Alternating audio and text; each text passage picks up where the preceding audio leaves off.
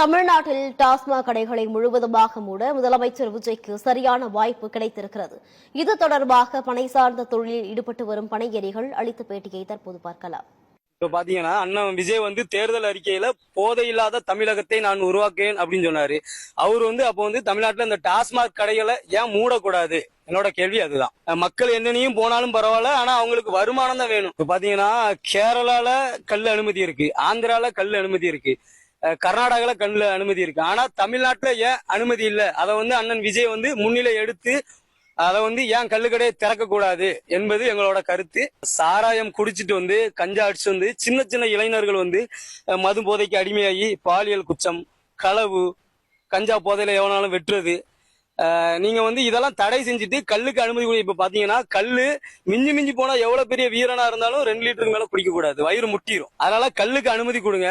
அதுபோ இப்ப பாத்தீங்கன்னா சாராயத்தால வருஷத்துக்கு 75,000 பெண்கள் தாலியா இருக்காங்க. கல் உணவுப் பொருள்னு மத்திய அரசு சான்றிதழை கொடுத்திருக்கு. ஆனா இந்த தமிழக அரசு அதை இறக்குறதுக்கு அனுமதி கொடுக்க மாட்டேங்குது. என்ன காரணம்னா கலப்படம் அதிகமாக இருக்கு.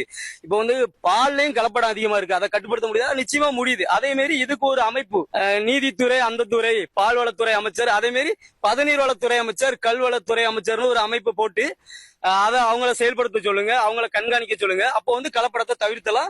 இயற்கையாக மக்களுக்கு சிறந்த ஒரு ஊட்டச்சத்து தரக்கூடிய ஒரு இயற்கை பானமான பணங்கள்ல குடிக்கலாம், இறக்கலாம். அதுக்கு ஒரு அனுமதி தாங்க. இருக்கிற விஜய் அண்ணன் இந்த பனை வாரியத்துக்கு ஒரு நல்ல ஒரு முக்கியத்துவம் கொடுத்து இந்த பதநீர் கல் இறக்குறவங்க எல்லாம் நல்ல ஒரு வழிகாட்டுறதுக்காக, அதாவது மதுக்கடைகளை டோட்டலா ஒழிச்சிட்டு இந்த கல் உற்பத்தியை கொண்டு வந்தாலே நம்ம சமுதாயத்தில் தேவையில்லாத கெட்ட ஒரு பிரச்சனைகளை வர. எல்லாருக்குமே ஆயுசு 80 வயசு 90 வயசு வர இருக்கலாம். அந்த கல்லு குடிச்சு அவ்வளவு பலனு.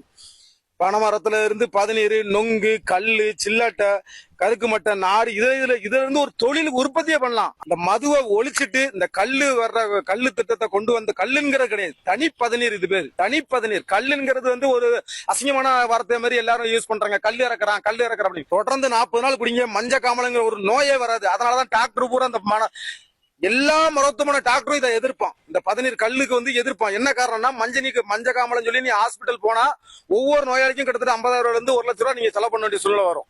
ஆனா அந்த கல்ல 30 நாள் நீங்க தொடர்ந்து குடிச்சா அந்த மஞ்ச காமலங்கிற ஒரு நோயே வராது. சர்க்கரை நோய் கிடையாது, உப்புச்சத்து எதுவுமே வராது. அவ்வளவு ஒரு ஆரோக்கியமான இந்த கல்லுக்கு நீங்க ஒரு அரசு ஒரு உத்தரவு கொடுத்து வருங்காலங்களையாவது எல்லாருக்கும் இந்த தொழில வளர்ச்சி அடைகிறக்கும், இது போக நம்ம அண்டை நாடுகளான அண்டை மாநிலமான கேரளா, கர்நாடகா, தெலுங்கானா எல்லா மாநிலத்திலுமே இந்த கல்லுக்கு அனுமதி கொடுத்து தெளிவா நடத்திக்கிட்டு இருக்காங்க. எந்த ஒரு கலப்படம் இல்லாம தெளிவா நடத்திருக்காங்க. அதே மாதிரி தமிழக அரசுக்கு நாங்க எங்களுடைய ஒரு கோரிக்கை வைக்கும்.